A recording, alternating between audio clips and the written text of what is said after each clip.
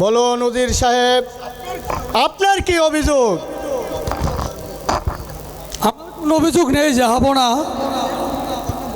তবে আমার একমাত্র কন্যা মর্জিনা সে এখনো ফিরে আসছে না, তাই আমার মনটা বিশেষ ভালো লাগছে না।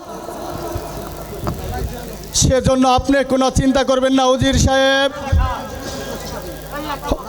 ওরা হয়তো আজই পৌঁছে যাবে, এ ব্যাপারে আপনি নিশ্চিত থাকুন।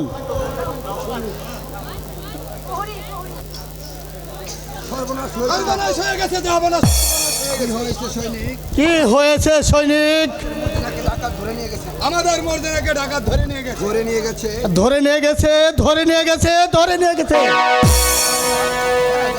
হ্যাঁ যাবো না, আমরা ফিরবার পথে হঠাৎ সেই দুর্ভিক্ষের দল আমাদের সাথে আক্রমণ করে বসে এবং কি মর্জিনাকে ধরে নিয়ে গেল। তোমরা তখন কি করেছিলে? আমরা কেউ তাদের অস্ত্রের সামনে পরাজিত হয়ে গেছি হুজুর। তাই আমি কোনোরকম আমার জান নিয়ে পালিয়ে এসেছি হুজুর।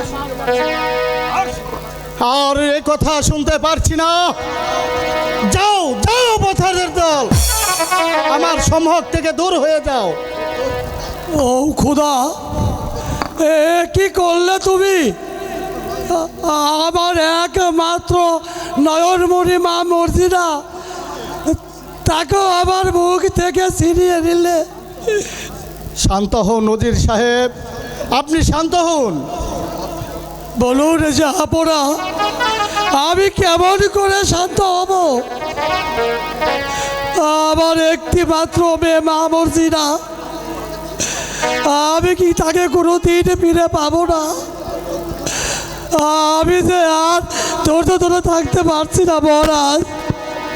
উজির সাহেব, আমি আপনাকে কথা দিলাম, আমি যেমন করেই হোক আপনার মর্জিনাকে ফিরে আনবই। শুধু তাই নয়, যে দুর্বৃত্তের দল ওই মর্জিনাকে অপহরণ করেছে, সেই শয়তানদেরকে ধরে এনে আপনার চোখের সামনে তার করতে হবে না জাহাপনা। আমি সেই শয়তানদেরকে হত্যা করে আমি মর্জিনাকে উদ্ধার করে নিয়ে এসেছি। পিতা, এই নওজোয়ান না থাকলে আমাকে চার কোনোদিন ফিরে পেতেন না পিতা। তাই তো ভাবছি মা, ওকে কি দিয়ে খুশি করা যায়? বলো বাবা, এ কি তোমার পরিচয়? আর কি বা আমার কাছে চাওয়ার আছে? তুমি যা চাইবে আমি তাই দিয়ে তোমাকে খুশি করব।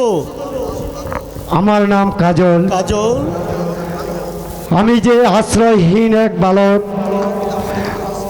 দয়া করে আমাকে একটু আশ্রয় দিলে আমি উপকৃত হব।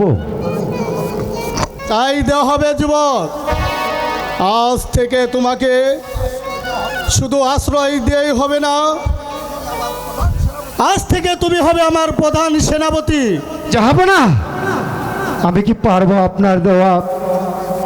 পারবে যুবক, তুমি ঠিকই পারবে আমার সেনাপতির কাজ চালাতে। কারণ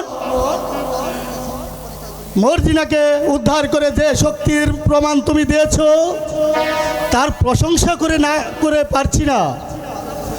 তাই তোমার মতো লোকেরই আমার প্রয়োজন।